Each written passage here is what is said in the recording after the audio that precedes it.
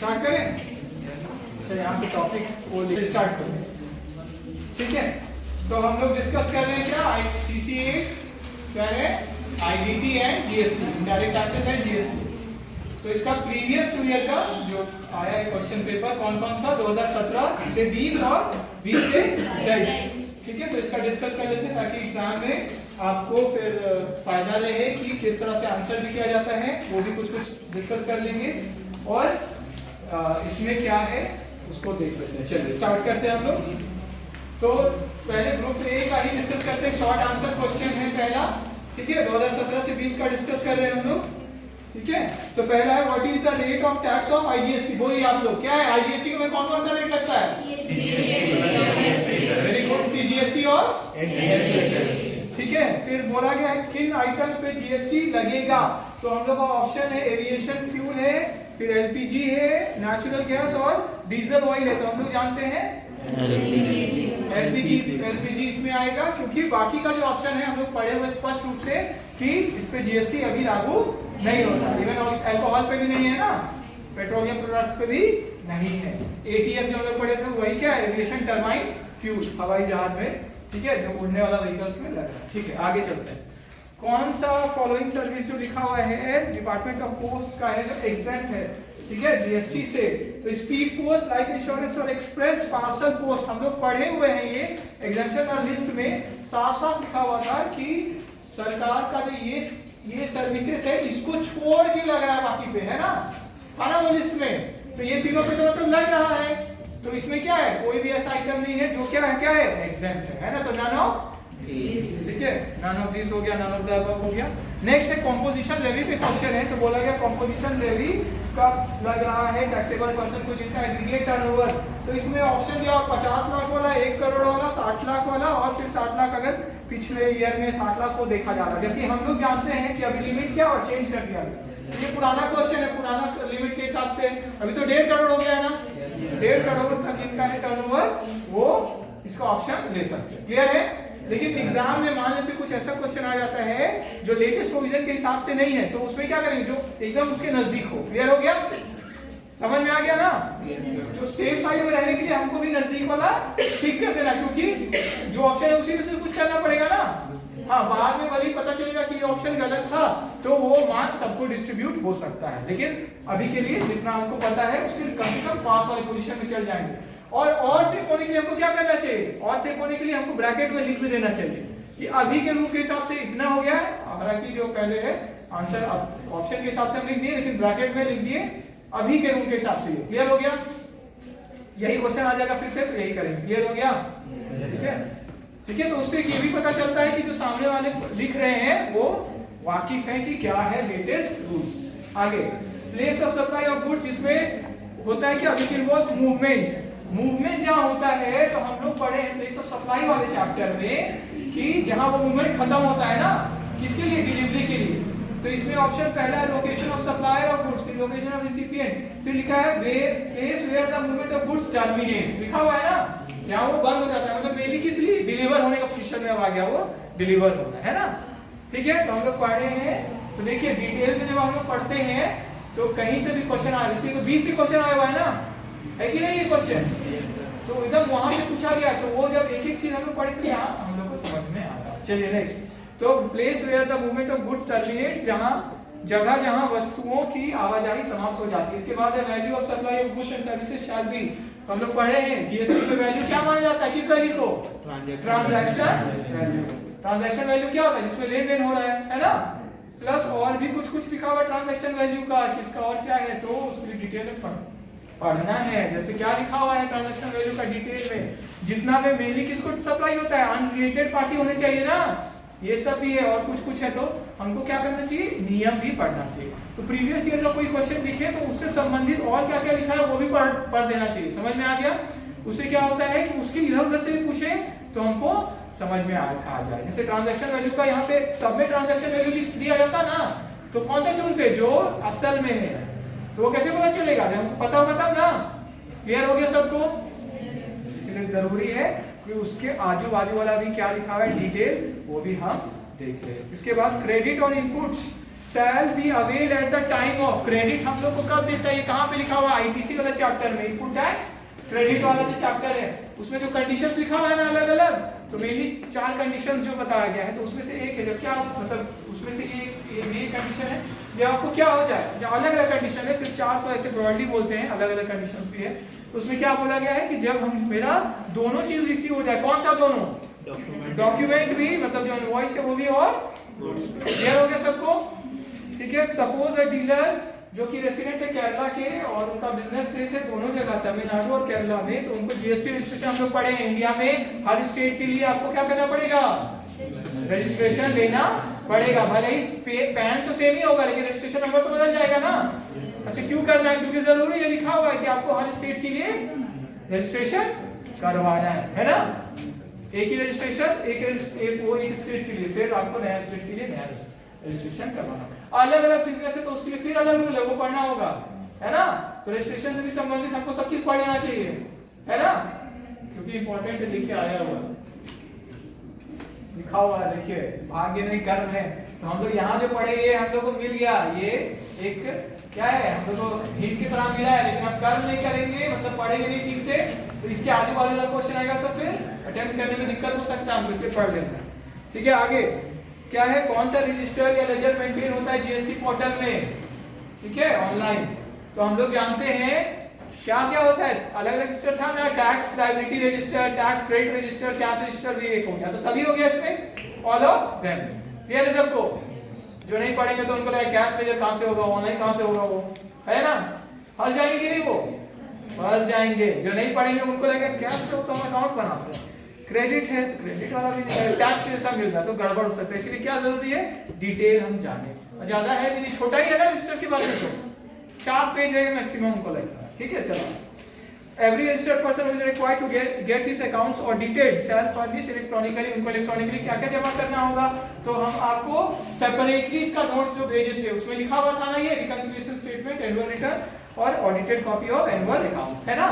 हालांकि अभी mandatory audit नहीं है, अभी के रूल के हिसाब से, हो सकता है फिर चेंज हो जाए, है ना, है कि नहीं।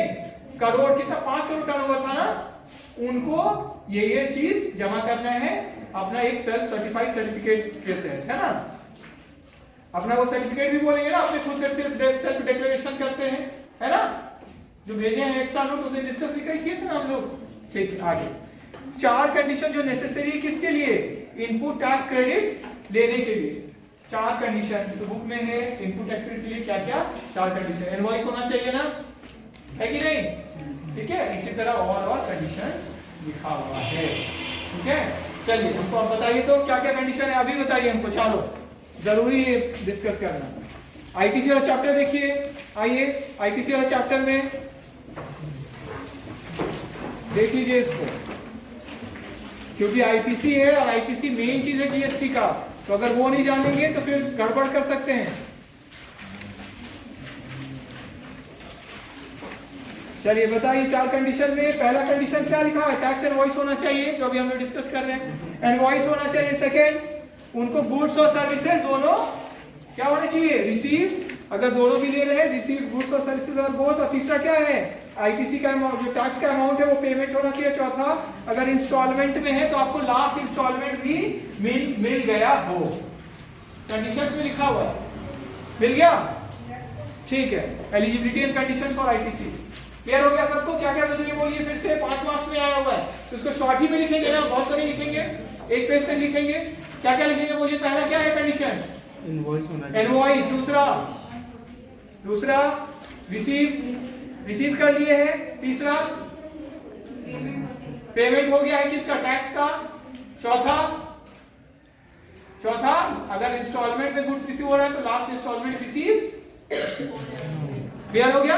ये 4 कंडीशन मेनली, लेकिन 5 मार्क्स में आया है तो हमको एक पेज तक इसका लिखना है, क्योंकि वर्ड लिमिट भी होता है ना, तो हम बाकी सब लिख देंगे ना इसमें, पहले इसको लिख देंगे और बाकी पॉइंट्स को भी हम एलिजिबिलिटी एंड कंडीशंस करके अदर पॉइंट्स करके लिख देंगे। समझ में आया, क्या लिखेंगे, other points, other important points in relation to input tax credit, ITC से संबंधित अन्य महत्वपूर्ण बिंदु या पॉइंट्स करके लिखेंगे। क्लियर हो गया, क्लियर है सबको, यस सर।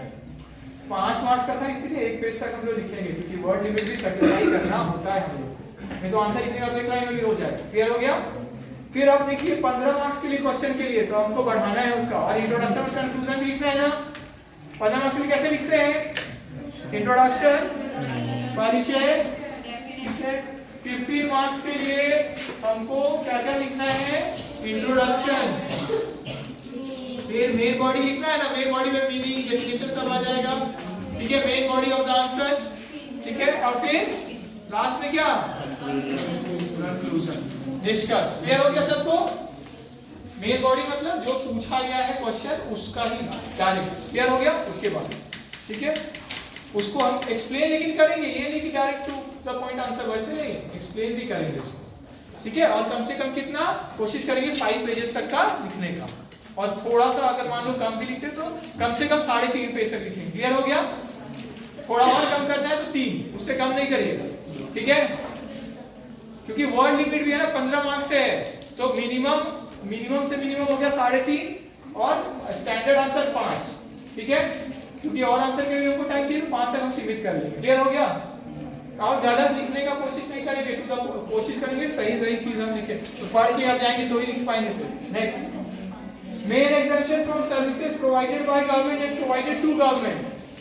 सरकार कौन कौन सा एग्जेम्पशन दी है, ठीक है, जिसमें क्या है मतलब बाय सरकार के द्वारा कुछ अगर सर्विस प्रोवाइड हो रहा है तो कौन कौन सर्विस एग्जेम्प्ट है, और सरकार को हम कोई सर्विस दे रहे हैं या दूसरे लोग कोई सर्विस दे रहे हैं तो कौन कौन सा सर्विस एग्जेम्प्ट होता है। तो आपको नोट्स स्पेशली भेजे है ना, कि स्पीड पोस्ट वाला जो अभी जैसे देखे वो है ना, और क्या क्या पॉइंट्स था बोलिए कुछ, फिर और क्या है, इवन आपका पंचायत वाला सर्विसेज वाला भी लिखा हुआ है, भेजे नोट्स आपको। तो बुक में स्पेसिफिकली इसका नहीं भी है तो आप नेट पे सर्च करके, तो वो हम काम कर चुके, सर्च करके आपको वो भेज दिए। तो लिस्ट आपको मेनली निकालना है, जो लोग देख रहे हैं वो लोग क्या कर सकते हैं कि आप लोग लिस्ट निकाल लीजिए, कहाँ सर्च करके, है ना, कौन कौन सा सर्विसेज प्रोवाइड होता है सरकार के द्वारा जिस पर जीएसटी नहीं लगता है, और सरकार को कौन कौन सा सर्विस प्रोवाइड होता है जिस पर जीएसटी नहीं लगता है, तो वो लिस्ट आ जाएगा, उसको आप अपने वर्ड्स में उसको आंसर कर सकते हैं, ठीक है। लेकिन 15 मार्क्स का है तो बोलिए, ध्यान दीजिए, 15 मार्क्स का है तो हमको इसमें भी इंट्रोडक्शन लिखना है, तो फिर से जीएसटी के बारे में थोड़ा लिखेंगे ना, जीएसटी क्या होता है उसको थोड़ा बता देंगे, फिर उसका कुछ फीचर्स लिख सकते हैं हम, ठीक है, एडवांटेज डिसएडवांटेज थोड़ा सा लिख सकते हैं, उसी तरह कंक्लूजन, और ये भी मेंशन करना होगा इंट्रोडक्शन में ही मेन बॉडी से भी कनेक्टेड थोड़ा सा लिखना चाहिए हमको, जैसे कुछ सर्विसेज और गुड्स एग्जेम्प्ट होते हैं और कुछ का एग्जांपल दे देना चाहिए, किसमें, इंट्रोडक्शन में। क्लियर हो गया? कुछ का एग्जांपल इंट्रोडक्शन में दे दें, और मेनली तो सरकार का या सरकार को जो प्रोवाइड हो रहा है सर्विस उसका एग्जेम्पशन किसमें लिखना है, मेन बॉडी में। क्लियर हो गया? क्लियर है सबको? तो 2-2.5 पेज तक तो वो चल जाएगा, 1 पेज तक इंट्रोडक्शन चल गया, 2-2.5 पेज तक वो तो 3.5 तो ऐसे ही हो गया हमारा, है ना। तो अगर हम इंट्रोडक्शन ये मेन बॉडी को और खींचेंगे तो 3 पेज तो वही हो गया, तो 1 पेज या आधा पेज कंक्लूजन लिख दिए, और किसमें पॉइंट्स पे लिखने की कोशिश करिए कंक्लूजन भी, ताकि पढ़े उसको और अच्छा लगे और देखने में भी अच्छा लगे। क्लियर है सबको? पॉइंट पे कोशिश करिएगा लिखने का, पॉइंट मतलब जरूरी नहीं कि आप पॉइंट नंबर दे, डैश करके भी तो लिख देते हैं ना हम लोग, है ना, वो भी तरीका अच्छा। Next, following are the particulars, अब देखिए न्यूमेरिकल क्वेश्चन है, professional receives of a chartered accountant, ठीक है, तो वो रिसीव किए हैं फॉर द क्वार्टर एंडिंग। तो ये ना अब आपको पूछा गया है, इसमें क्या है क्वेश्चन, इनका क्या निकालना है, calculate the taxable value of service. तो कौन कौन सा सर्विस पहले टैक्सेबल है वो तो देखना होगा ना, और उस पे क्या करना है, compute the amount of GST payable by him. तो कितना वो पहले तो टोटल करेंगे कौन कौन सा सर्विस है जिस पे टैक्स लगेगा। क्लियर है? क्लियर है सबको? जीएसटी किस पे लगता है, बोलिए, गुड्स एंड सर्विसेज पे। तो किस पर सेल पर लगता है, मेन क्या है, डेफिनेशन क्या है, किस पर लगता है जीएसटी, ठीक बोल रहे हैं, थोड़ा सा और उसको साफ करिए, जीएसटी किस पे लगता है, क्या होता है तो तब जीएसटी लगता है, पढ़े थे ना हम लोग, क्या होने पे जीएसटी लगता है, हाँ very good, supply of goods and services. और सप्लाई में भी उसको और साफ करिए, चलिए और थोड़ा साफ करिए, तो कौन सा सप्लाई हो तो जीएसटी लगेगा, क्योंकि सप्लाई तो ऐसा का भी होता है जिस पे जीएसटी नहीं लगता है, जैसे अभी पढ़े ना एग्जेम्प्टेड, उस पे तो जीएसटी नहीं लगेगा। किस पे, कौन सा, उसको क्या बोलते हैं, पर्टिकुलर वर्ड है, क्या है जिस पर टैक्स लगता है उसको क्या बोलते हैं? हाँ very good, taxable supply. Clear हो गया? तो इसमें हमको देखना पड़ेगा ना कौन, सप्लाई तो सभी है, सब तो कर ही रहे ना काम ये सीए, लेकिन कौन सा टैक्सेबल है ना। चलिए तो पहले इंटरनल ऑडिट फीस, तो बोले तो इनका काम से संबंधित है तो जुड़ेगा ना। फिर स्टैट्यूटरी ऑडिट फीस जुड़ेगा, ऑडिट है। टैक्स कंसल्टेंसी फी जुड़ेगा, मेन काम है ये। तो रिप्रेजेंटेशन, रिप्रेजेंटेशन क्या होता है, क्लाइंट को ये जाके जैसे वकील कोर्ट में आपके लिए लड़ते हैं ना केस, तो उसी तरह जो टैक्स वाला मैटर होता है और इनकम टैक्स डिपार्टमेंट और ये सब जाना पड़ता है, और उसका अपील से अपीलेट ट्रिब्यूनल में जाना पड़ता है, तो उसमें कौन रिप्रेजेंट करेंगे, तो सीए अगर वो आए तो वही रिप्रेजेंट कर रहे हैं, तो उसके लिए फीस लेते हैं, ये भी उनका ही काम है ना।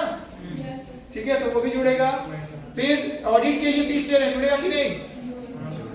ऑनरेरियम, ये ऑनरेरियम क्या होता है कि जैसे हम कोई संस्थान में गए है ना, तो वहां एक लेक्चर दिए है ना, तो कुछ पैसा वो लोग देते हैं। ठीक है, जैसे बगल वाले एक बार स्कूल में हम गए थे, तो हम लोग को फीस, मतलब हमारे और सर गए थे तो हमको फीस दिया गया, तो वो एक दिन का जो हो गया तो उसको क्या बोल रहे हैं, ऑनरेरियम। क्लियर हो गया? क्लियर है सबको? ठीक है, तो ऑनरेरियम का मिला। अच्छा, इसमें हिंदी वाले में अगर आप देखिएगा ना, हिंदी वाले में ऑनरेरियम छूटा हुआ है क्या, छूटा हुआ है क्या, देखिए नहीं छूटा हुआ। विजिटिंग फैकल्टी सर्विस, समझ गए? क्लियर है सबको? तो ये भी एक्सपर्ट लोगों को मिल रहा है, तो ये उनका ही, उनको किसने बुलाया गया, टैक्स के बारे में कुछ बताइए, या आप अकाउंट्स के बारे में कुछ बता दीजिए, इसी के लिए ना। क्लियर है? या जो आप काम करते हैं थोड़ा उसके बारे में बताइए, जिससे बच्चों को पता चले कि सीए को हम लोग करियर के रूप में ले सकते हैं। ठीक है, आगे ठीक है। Charge travelling allowance for out station audit, फिर से ऑडिट के लिए आउट स्टेशन ऑडिट क्या कि बाहर गए, तो ये भी तो उनका ही काम है ना, लगे कि नहीं? तो मतलब सारा पे लग गया, तो कुछ तो नहीं छूटा।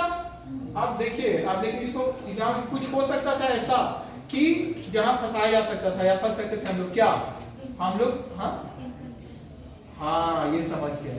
देखिए हम लोग पढ़े थे ना प्योर एजेंट वाला, प्योर एजेंट पढ़े थे ना, इनकम टैक्स का बस पेमेंट कर रहे हैं अगर हम, तो वो पैसा तो हम कलेक्ट कर ही लेंगे ना, किससे, क्लाइंट से, और उतना ही बस पैसा ले जितना इनकम टैक्स पेमेंट हुआ। तो किसका पेमेंट हुआ, क्लाइंट का। तो हम तो बस एक मीडियम बने ना, फिर सीए तो बस क्या बने, एक मीडियम बने। क्लियर हो गया? तो ये तो कोई अलग से सर्विस नहीं हुआ, उसके लिए वो क्या कहलाते हैं, प्योर एजेंट, तो वो जुड़ता है यहाँ पे नहीं। तो इसीलिए हम लोग पढ़े हैं प्योर एजेंट वाला अगर रहता है यहाँ पे कुछ, तो वो नहीं जुड़ता। समझ में आ गया? हाँ, एक्स्ट्रा पैसा को कुछ नहीं, तो फिर जोड़ देते उसको, किसको, एक्स्ट्रा पैसा को। जैसे बोल देते कि हम इतना रुपए एक्स्ट्रा ले रहे हैं, है ना, 1000 रुपया तो टैक्स लग गया आपका, और हम फीस ले रहे हैं 1000 फीस ले रहे हैं, मान लेते हैं 3000 फीस तो जुड़ेगा ही, और बोल रहे हैं इंटरनेट का भी हम या ये सब यूज किए जो आप किए, तो वो सब वो तो अलग चीज हो जाता ना फिर। समझ में आया? क्लियर है सबको? तो वो अलग हो जाता। तो यहाँ के हिसाब से फिर से आंसर में आते हैं, तो अलग अगर हम एक्स्ट्रा लेंगे तो वो तो चार्ज हो जाएगा, लेकिन एक्स्ट्रा नहीं, वो उतना ही पैसा नहीं जितना पेमेंट किए। पेमेंट हुआ किसके लिए, इनके लिए, क्लाइंट के लिए, और किसको पेमेंट हुआ, टैक्स डिपार्टमेंट। और ये जो पैसा इनको दिए, इसको लेने का मेरा हक है कि नहीं है, क्योंकि हम पेमेंट करेंगे। तो हम बस प्योर एजेंट से काम किए ना। क्लियर है? पढ़े थे ना हम लोग, तो वो नहीं जुड़ता। लेकिन इस क्वेश्चन में तो वो नहीं पूछा, तो इसमें सारा जुड़ेगा। देखिए जीएसटी किसमें किसमें लगता है, गुड्स और सर्विसेज। ये क्वेश्चन किसका है, गुड्स का कि सर्विस का, सर्विस। तो हम लोग पढ़े थे ना टैक्सेबल वैल्यू ऑफ सर्विसेज या टैक्सेबल सर्विसेज वाला जो चैप्टर था, उसमें पहले हम लोग गुड्स का भी एग्जांपल पढ़े क्या ना, और फिर सर्विसेज का भी था, जिसमें सीए, डॉक्टर्स, लॉयर्स ये सब थे ना। ठीक है, तो वही है। तो काम से संबंधित अगर है आपका, तो वो सब जुड़ेगा। क्लियर हो गया? तो बोलिए, इसमें तो कुछ हार्ड ही नहीं, तो सिर्फ जोड़ देना है, एक पर्टिकुलर्स बनाएंगे और यहाँ पे जोड़ दिए सब, जितना टोटल वैल्यू आया, कितना परसेंट बोला गया है, 18% बस लगा दिए। सिंपल है कि नहीं? तो लेकिन हम थोड़ा नोट भी देना चाहिए ना हमको, ताकि मेरे को फुल मार्क्स मिले। तो हम एक एक चीज का नोट भी दे देंगे, या एक ही बार में कंबाइन करके दे देंगे कि ये क्या मेन सर्विस है जो सीए प्रोवाइड करते हैं, तो ये इनका क्या हो गया, टैक्सेबल सर्विस हो गया। क्लियर हो गया? क्लियर है? लिख देंगे कि सब पे क्या लगता है, टैक्स। तो इजी है कि नहीं? लेकिन इजी किसको लगेगा, जो पढ़ के ये वाला गए हैं, कुछ किए उसमें, इसमें कुछ एक्स्ट्रा वैसा तो नहीं किए। क्लियर है सबको? चलिए नेक्स्ट आगे बढ़ते हैं हम लोग। नेक्स्ट क्वेश्चन में इनपुट टैक्स पे हुआ है इनवर्ट सप्लाई में गुड्स का। देखिए गुड्स का आ गया, बाय महेश एंड सन्स, ठीक है, आपकी लेबर टैक्स रेट कितना है 5%, ठीक है। इनपुट यूज्ड फॉर स्टिचिंग कितना, तो इनपुट है तो बोलिए इस पे टैक्स लगेगा कि नहीं आपका, लगेगा। गुड्स गिवन ए सैंपल, ठीक है। अच्छा ये पूछा क्या गया है, लेकिन इनपुट टैक्स पे हो चुका है इतना, तो इनका पूछने का मतलब क्या, इनपुट टैक्स का कौन कौन सा क्रेडिट आपको मिलेगा। तो पहला वाला तो इनपुट के लिए, तो इनपुट वाला तो मिलता है ना, क्योंकि वो तो मेरा फाइनल प्रोडक्ट का रूप ले लेगा, तो बेचेंगे ना उसको, क्लियर हो गया। बताइए सेकंड, गुड्स था मेरे ऊपर लेकिन बेचे नहीं उसको, सैंपल के रूप में बांट दिए, तो बेचे नहीं, कस्टमर को तो दिए नहीं, तो मेरा जीएसटी ये इनपुट टैक्स रेट मिलेगा उसका हमको नहीं, ठीक है। फिर transportation cost for sending materials, तो ये तो मेरा क्या है, मटेरियल से रिलेटेड है ट्रांसपोर्टेशन, तो इसके लिए जीएसटी एमपी है 16,000, तो ये मिलेगा आईटीसी के रूप में हमको। पैकिंग मटेरियल मिलेगा। फिर goods used in construction of factory मिलेगा नहीं, क्योंकि अगर पढ़ेंगे तो फिर हमारा उसका फैक्ट्री कॉस्ट में जुड़ जाएगा, जिस पे डेप्रिसिएशन ले लेंगे हम लोग। ये कैप्टिव कंजम्पशन वाले में आ गया है ना, अपने में ही हम लोग उसको कंज्यूम कर ले रहे हैं, तो उसमें जाएगा। मतलब क्या किए हम लोग, उसको फैक्ट्री वाले में यूज किए, तो इसका हमको हमारा लिखा हुआ है उसमें आईटीसी चैप्टर में किस में मिलता है और किस में नहीं, ठीक है। तो वो चैप्टर पढ़ना जरूरी है। देखिए एकदम सिंपल है, न्यूमेरिकल आता है तो और सिंपल हो जाता है, हार्ड नहीं होता, और कम लिखना पड़ रहा है, तो जरूरी है हम लोग सब पढ़ के जाए।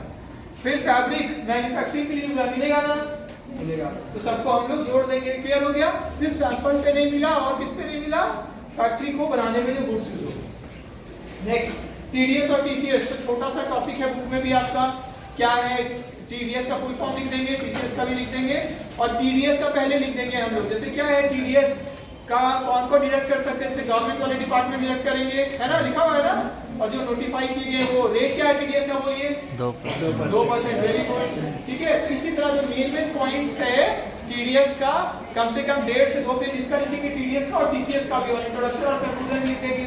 इसमें इंट्रोडक्शन और कंक्लूजन में जीएसटी के बारे में थोड़ा सा बोलेंगे, और थोड़ा थोड़ा टीडीएस और टीसीएस के बारे में लिख देंगे, क्लियर हो गया।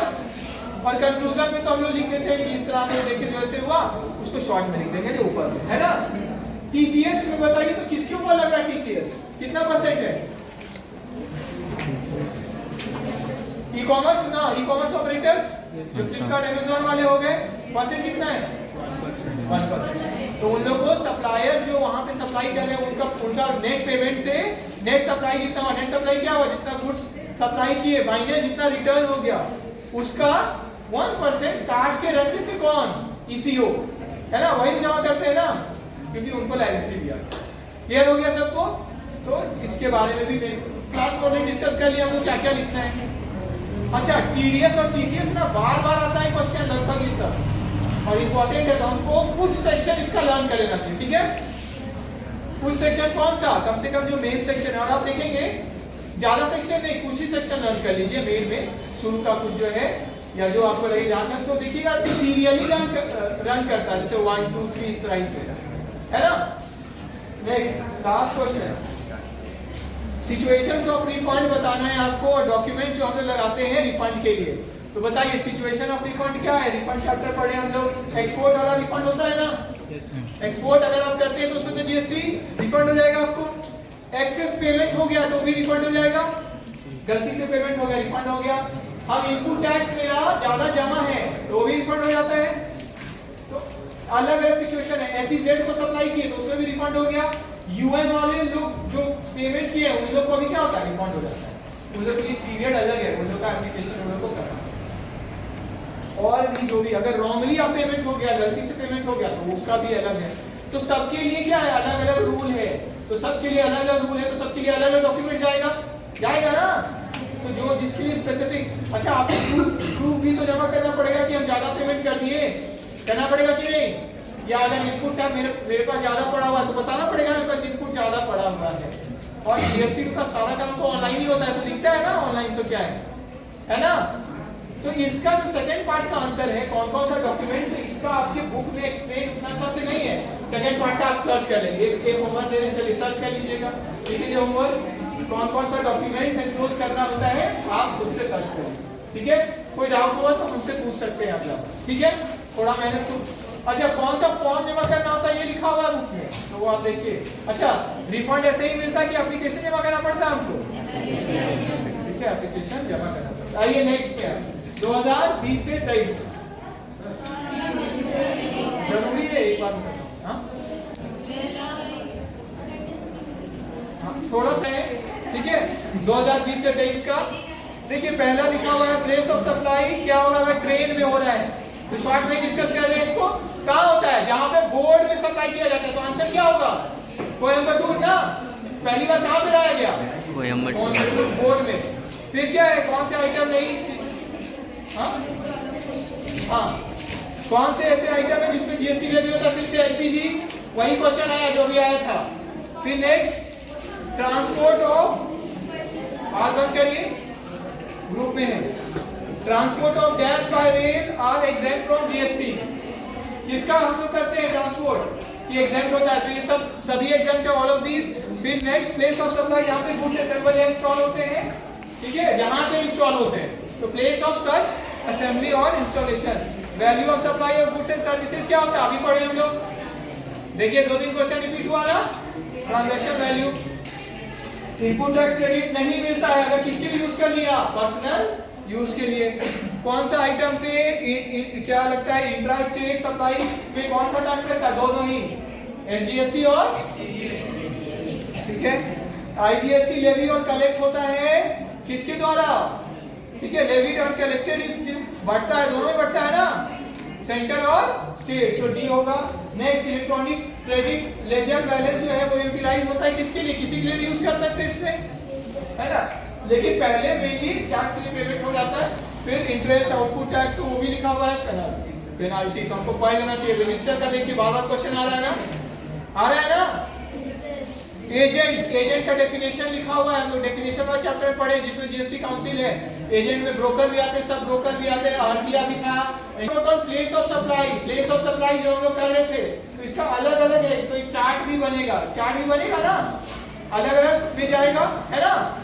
कौन का, जहाँ मूवमेंट है गुड्स का, जहाँ मूवमेंट नहीं होता है, जहाँ पे क्या होता है असेंबल या ये इंस्टॉल होता है, ये सब अलग अलग चार्ट जो था वो बना सकते हैं हम लोग, और थोड़ा सा लिख देंगे एक पेज तक। फिर डायरेक्ट और इनडायरेक्ट टैक्सेस क्या होता है, उसका क्वेश्चन है 15 मार्क्स का, इजी है, फर्स्ट ही चैप्टर इजी है ना, ठीक है। और फीचर्स बताना इनडायरेक्ट का, रजिस्ट्रेशन के बारे में बेनिफिट्स बताना, ये भी इजी है। और किसको रजिस्ट्रेशन जरूरी है, तो हम पढ़े हैं ना, किसको जरूरी है, इतना बार हो गया, मैंडेटरी रजिस्ट्रेशन के ऊपर लिखना होगा ना, इसमें लिखना होगा कि नहीं, है ना। और रिवर्स चार्ज वाले में भी जो आते हैं उनको भी रजिस्ट्रेशन करवाना पड़ेगा, तो मैंडेटरी रजिस्ट्रेशन भी पूरे लिखेंगे, और जो अलग अलग जिनका जरूरी है रजिस्ट्रेशन उनके बारे में भी हम लिखेंगे। क्लियर है सबको, ठीक है। तो वो कनेक्ट करना है। पांचवा है देखिए प्रैक्टिकल, ये क्या है प्रैक्टिकल में, Riddhi Siddhi transport, goods transport company है, ट्रांसपोर्ट कर रहे हैं गुड्स को मिस्टर ई के लिए जो कि रजिस्टर्ड पर्सन है, रोड के द्वारा अगेंस्ट कितना ले रहे हैं, 1 लाख रुपया। डिसाइड करना है कौन लायबल है पे करने के लिए जीएसटी, और डिसाइड करना है अगर ए रजिस्टर्ड नहीं होते तो जीएसटी कौन पे करता। तो रिवर्स चार्ज वाला हम लोग पढ़े हैं और आपको ग्रुप में भी भेजे हैं उसका, उसमें क्या लिखा है, जब गुड्स ट्रांसपोर्ट एजेंसी मतलब जीडीए सप्लाई करती है गुड्स, तो अलग अलग लिस्ट लिखा हुआ, अगर इन लोगों को सप्लाई करती है तो रिवर्स चार्ज अप्लाई होता है उसमें। उसमें कौन पेमेंट करते हैं, जिनको सप्लाई हो रहा है, जैसे कौन कौन, फैक्ट्री को अगर सप्लाई किए हैं, कोऑपरेटिव सोसाइटी को सप्लाई किए हैं, कोई रजिस्टर्ड पर्सन है उनको सप्लाई किया, और भी कुछ कुछ है, तो बताइए ये तो रजिस्टर्ड है ना, तो ए को पे करना होगा कि नहीं, और यहाँ क्या लागू हो गया, रिवर्स चार्ज। तो हम इंट्रोडक्शन जब लिखेंगे, इसका याद ध्यान दीजिए, एक बार इधर देखिए, इंट्रोडक्शन जब लिखेंगे तो जीएसटी का बताएंगे, फिर बोलेंगे जीएसटी कब कब कैसे कैसे लगता है, फॉरवर्ड चार्ज में और एक रिवर्स चार्ज में। फॉरवर्ड चार्ज कब होता है, जब सप्लायर पे करते हैं, और ज्यादातर में तो सप्लायर ही पे करते हैं ना, वो कलेक्ट कर लेते हैं पैसा, और सरकार कौन पे करते हैं, वही पे करते हैं, क्लियर है। लेकिन रिवर्स चार्ज में क्या होता है, कौन पे करते हैं, रिसिपिएंट। क्लियर है सबको, क्लियर है ना, तो उसका देंगे, फिर रिसिपिएंट, फिर रिवर्स चार्ज का भी कुछ एग्जांपल्स लिख देंगे, और फिर इसके बारे में जीटीए के बारे में लिख देंगे, और कब जीटीए में अलग पर्सन पे करते हैं तो उसका लिस्ट लिखा है वो लिख देंगे, और फिर बताएंगे केस, तब ना मेरा अच्छा आंसर आएगा। क्लियर हो गया सबको, ऐसे नहीं तो ये तो आधा पेज के अंदर भी कंप्लीट हो जाएगा, लेकिन हम अच्छा से लिखेंगे तो मेरा फुल मार्क्स के बगल तक आ जाएगा, क्योंकि न्यूमेरिकल क्वेश्चन है, हमको अच्छा मार्क्स मिल जाएगा। क्लियर है सबको, ठीक है। और व्हाट इज मेंट बाय, अच्छा रजिस्टर्ड नहीं होते तो दूसरा पार्ट, रजिस्टर्ड नहीं होते तो कौन पे करते, फिर जो सप्लाई किए, क्योंकि जिसका लिस्ट दिया हुआ है अगर वो रजिस्टर्ड होंगे तो वो पे करेंगे, अगर वो रजिस्टर्ड ही नहीं है तो कौन पे करेंगे, जो सप्लाई कर रहे हैं। क्लियर हो गया, क्लियर है? Next, what is meant by job work? Job work क्या है तो हम लोग पढ़ चुके हैं ना, डेफिनेशन में भी लिखा जॉब वर्क प्रिंसिपल सप्लाई करते हैं, वो काम करते हैं, गुड्स पे काम करके लौटा देते हैं, यही ना जॉब वर्क। और कौन कौन सा कंडीशन है, कौन कौन सा कंडीशन है किसके लिए? इनपुट टैक्स क्रेडिट के लिए। किनके लिए? जॉब वर्क के लिए मेनली इसमें पूछ रहे हैं। तो इनपुट टैक्स क्रेडिट के बारे में पहले बताएंगे क्योंकि 15 मार्क्स का क्वेश्चन है। और फिर क्या करेंगे हम, जॉब वर्क में फिर इनपुट टैक्स क्रेडिट का भी कंडीशन बताएंगे, जो अभी पढ़ रहे थे ना लोग पिछले ईयर का क्वेश्चन में, पढ़े ना अभी? वो कंडीशन बताएंगे। और फिर सिर्फ जॉब वर्क के लिए क्या कंडीशन है वो बताएंगे। क्लियर हो गया? जॉब वर्क के लिए क्या कंडीशन है, तो अलग अलग कंडीशन उसके लिए भी है, जैसे रजिस्टर्ड होने चाहिए, ठीक है, काम वापस होना चाहिए। और भी एक चीज पढ़े थे हम लोग, इनपुट अगर सप्लाई कर रहे हैं प्रिंसिपल किसको? जॉब वर्कर को, तो 1 साल के भीतर वो आ जाना चाहिए, तभी आपको फिर उसका ये फायदा मिलेगा आईटीसी वाला। और अगर कैपिटल गुड्स सप्लाई कर रहे हैं तो कितना साल था उसके लिए?